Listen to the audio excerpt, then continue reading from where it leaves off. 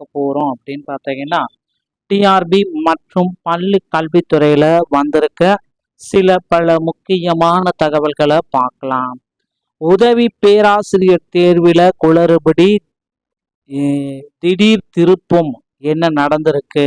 So இதை பற்றி தான் நம்ம பார்க்கலாம். நிறைய நியூஸ்ல வந்து பார்த்தீங்கன்னா திடீரென உதவி பேராசிரியர்ல குளறுபடி இல்லை அப்படின்னு சொல்லியிருக்காங்க. அசிஸ்டன்ட் ப்ரொஃபஸருடைய தேர்வுகளில் நேற்று நிறைய வழக்குகள் பதிவாயிருக்கு. நியமன தேர்வை ரத்து செய்ய கோரிக்கைகள் பலரும் விட்டிருக்காங்க.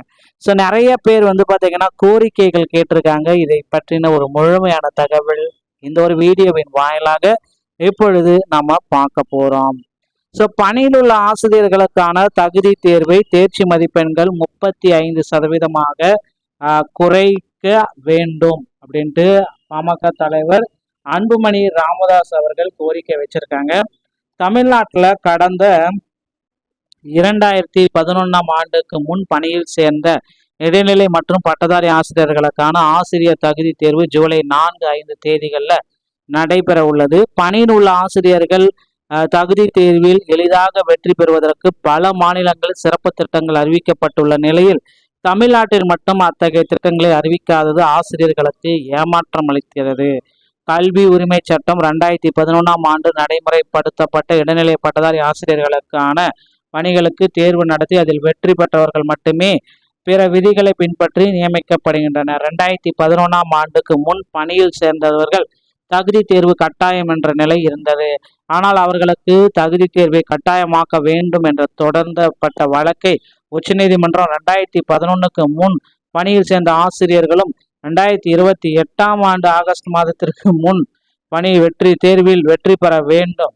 செப்டம்பர் மாதம் 1ஆம் தேதி இந்த தீர்ப்பு வந்தது. இந்த தீர்ப்பு பணியில் உள்ள ஆசிரியர்களுக்கும் தகுதி தேர்வில் வெற்றி பெற வேண்டும் என உச்சநீதிமன்றம் தீர்ப்பு வழங்கிய உடனேயே ஆசிரியர்களுக்கு சிறப்பு தகுதி தேர்வை மிகவும் எளிமையான முறையில் நடத்தியும் தேர்ச்சி மதிப்பெண்களை குறைத்தும் ஆசிரியர்களையும் தேர்ச்சி பெற செய்ய வேண்டும் என பாமக கட்சி ஆலோசனை வழங்கியது.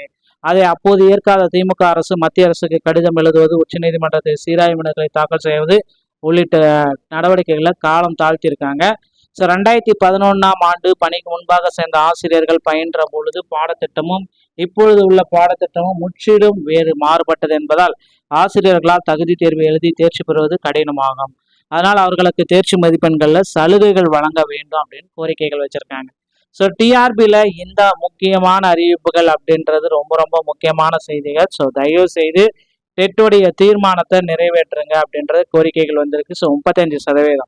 மற்ற மாநிலங்களை போல டெட்டுடைய பாஸ் மதிப்பெண்களை குறைச்சி ஆகணும். ஸோ இதில் வந்து பார்த்தீங்கன்னா அதுக்குண்டான அறிவிப்பை முதல்வர் விஜய் அவர்கள் விரைவில் வெளியிடுவார் அப்படின்னு பார்க்கலாம்.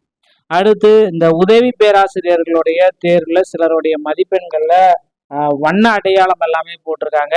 உதவி பேராசிரியர் தேர்வில் குற்றமே நடக்கல அப்படின்ற மாதிரி எல்லாமே இப்போ சொல்லிட்டு இருக்காங்க. சில செய்திகளில் நீங்களும் கேள்விப்பட்டிருப்பீங்க. இப்போ உதவி பேராசிரியர் தேர்வில் எந்த தவறும் இல்லை. ஸோ காலேஜ் டிஆர்பி 2026 எந்த தவறுமே இல்லை. எல்லாமே இப்போ வந்து பார்த்தீங்கன்னா விளக்கத்தோட பர்ஃபெக்டா இருக்கு அப்படின்ட்டு சில தரப்பு கூறிடுறாங்க. தவறான காரணங்களுக்காக ஆசிரியர் தேர்வு வாரியம் அதன் மீதான நம்பிக்கையும் நன்மதிப்பையும் இழந்து வருகிறது என பாமக தலைவர் அன்புமணி இந்த குற்றச்சாட்டையும் எடுத்து வைக்கிறாருங்க. ஆனா இப்போ வந்திருக்க செய்தி என்ன அப்படின்னு பார்த்தீங்கன்னா, தேர்வு மதிப்பெண் குளறுபடி விவகாரம் தொடர்பாக ஆசிரியர் தேர்வு வாரிய அதிகாரிகள் கூறியதாவது, அரசாணையின்படியே விடைத்தாள்கள் மதிப்பீடு செய்யப்பட்டது. அரசாணையின்படி ஒரு தேர்வின் விடைத்தாளை 2 பேராசிரியர்கள் மதிப்பீடு செய்வார். அதில் ஒருவர் 25 மதிப்பெண்ணும் மற்றொருவர் 20 மதிப்பெண்ணும் வழங்கினால் அதிகபட்சம் 5 மதிப்பெண் வித்தியாசம் இருந்தால் மூன்றாவதாக 2 பேர் கொண்ட குழு அந்த விடைத்தாளை மதிப்பீடு செய்யும். அவர்கள் வழங்கும் மதிப்பெண்ணே இறுதியானது. இந்த மதிப்பெண்கள் சரியாக வழங்கப்பட்டு உள்ளன என்பதை சரிபார்க்கவே தேர்வர்களுக்கு வண்ண நிறங்கள் தரப்பட்டன. அதில் எந்த தவறும் இல்லை. இதற்கிடையில் இந்த விவகாரம் தொடர்பாக ஆசிரியர் தேர்வு வாரியத்திலும் அரசு விளக்கம் கேட்கணும் அப்படின்றாங்க. ஸோ சில இடங்களில் நீளம், இடங்களில் மஞ்சள் வண்ணங்களில் குறியீடுகள் எல்லாமே இருக்கு. ஸோ இது வந்து பார்த்தீங்கன்னா எந்த தவறும் இல்லை அப்படின்ற மாதிரி குறிப்பிட்டு சொல்லியிருக்காங்க. இதுல முக்கியமா வந்து பார்த்தீங்கன்னா முக்கியமா ஒரு சிலருக்கு வந்து 0 மதிப்பெண்கள், 98 மதிப்பெண்கள் பெறுவதும் சாத்தியமற்ற ஒன்று.